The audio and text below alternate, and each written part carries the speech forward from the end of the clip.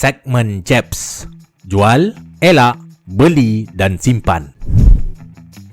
Joakim Anderson adalah calon untuk dijual. Walaupun Palace mendapat double game week minggu ini, prestasi semasa pasukan kendalian Vieira ini agak goyah selepas World Cup. Dengan bermodalkan 4.5 juta pound, anda boleh beralih kepada Sven Botman dari Newcastle ataupun dapatkan pertahanan United Luke Shaw game week ini. Botman lebih terjamin untuk mata tanpa bolos, manakala Shaw pula mendapat double game week minggu ini. Ditambah lagi, bermula game week 22, jadual The Red Devils akan bertambah mudah untuk jangka masa yang agak lama musim ini.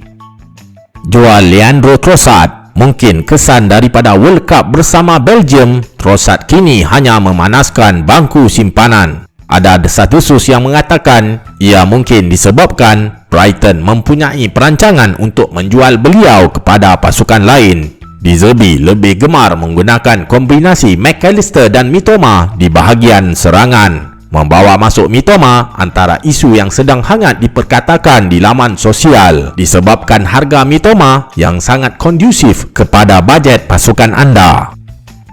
Elakkan jauh Cancelo. Buat masa ini, Cancelo adalah calon jangan beli dan jangan jual. Antara sebab yang diberikan sesetengah expert FPL di Twitter ialah mereka melarang dari membeli Cancelo adalah kerana minit permainan Cancelo kini semakin tidak terjamin berdasarkan beberapa game week yang telah berlalu selepas World Cup. Ditambah pula, selepas Pep memuji-muji prestasi Rico Lewis, mereka juga mengatakan tidak sesuai Cancelo dijual kerana jadual double game week yang dimilikinya. Oleh itu, terdapat beberapa perkara yang masih kabur dan tidak pasti dalam situasi Cancelo ini. Lebih-lebih lagi, anda bermain dengan Pep Roulette. Jika anda tidak yakin, terdapat cadangan perpindahan sisi kepada John Stones ataupun Nathan Ake dari pengguna laman sosial. Ya, dia kembali lagi. Elakkan Wilfried Zaha. Nasib pasukan fantasi anda tidak boleh anda pertaruhkan dengan Zaha.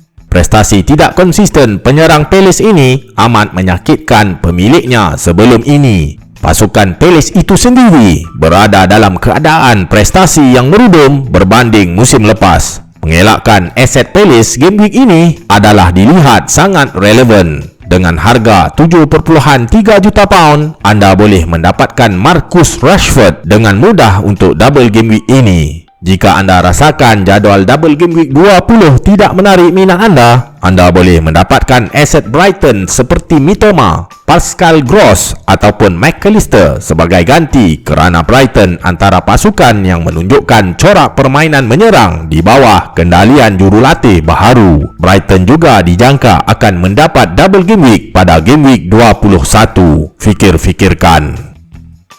Harry Kane adalah cadangan pembelian game week ini. Di atas kertas, cadangan ini adalah cadangan yang tidak masuk akal. Bermain double game week menentang Arsenal dan Spurs adalah seperti misi ketum tahap tinggi. Lebih-lebih lagi, kedua-dua pasukan ini menduduki kedudukan pertama dan kedua liga buat masa ini. Namun, pertimbangan dibuat berdasarkan prestasi semasa Kane dan rekod head-to-head Kane menghadapi kedua-dua pasukan ini.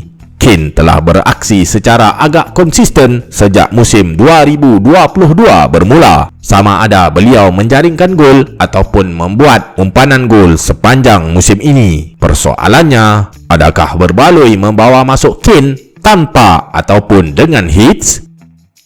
Riyad Mahrez adalah calon saranan belian game week ini. Selepas kajian dari Twitter dan YouTube content creator FPL, pandangan mereka agak seimbang. Ada yang bercadang elakkan Mahrez dan ada pula mencadangkan Mahrez terjamin dari segi minit permainan. Rakan FPL berakhir dengan cadangan membeli Mahrez. Dari segi minit permainan selepas World Cup, Mahrez adalah yang terbanyak melebihi KDB di kalangan pemain Manchester City. Mahrez juga secara konsisten memberikan pulangan mata serangan kepada pemiliknya sejak dari 3 game week lepas secara berturut-turut. Dengan harga yang lebih murah dari Foden, mungkin Mahrez adalah calon yang anda cari. Jika Mahrez tidak diturunkan dalam perlawanan Piala Kerbau minggu ini menentang Southampton, maka peluang untuk Mahrez menjadi kesebelasan utama double game week ini adalah sangat cerah.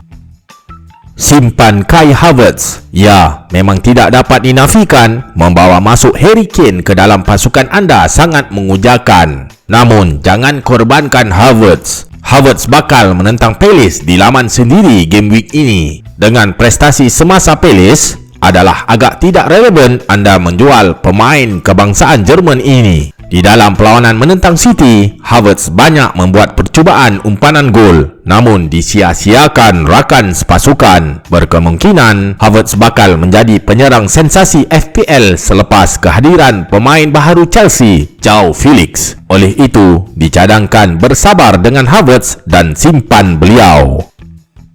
Simpan juga Kevin De Bruyne. Ramai yang mula bosan dengan keketuman KDB bermula game week 17 yang lepas. Beliau telah blank di dalam ketiga-tiga game week yang lepas. KDB kini berharga 11.5 juta pound, dianggap suatu pembaziran. Namun, pakar FPL cadangkan kekal bersama beliau. Ini adalah kerana mereka mengatakan KDB adalah big game player. KDB kerap beraksi cemerlang ketika bermain menentang pasukan top 6 liga. Memang tidak dapat dinafikan ramai yang ingin membuat perpindahan sisi dari KDB kepada Mahrez. Namun, fikirkan secara mendalam. Minit permainan KDB lebih terjamin berbanding semua pemain City yang lain. Ini memang tidak dapat dinafikan. Anda sekurang-kurangnya sudah ada 4 mata dari KDB untuk game week ini.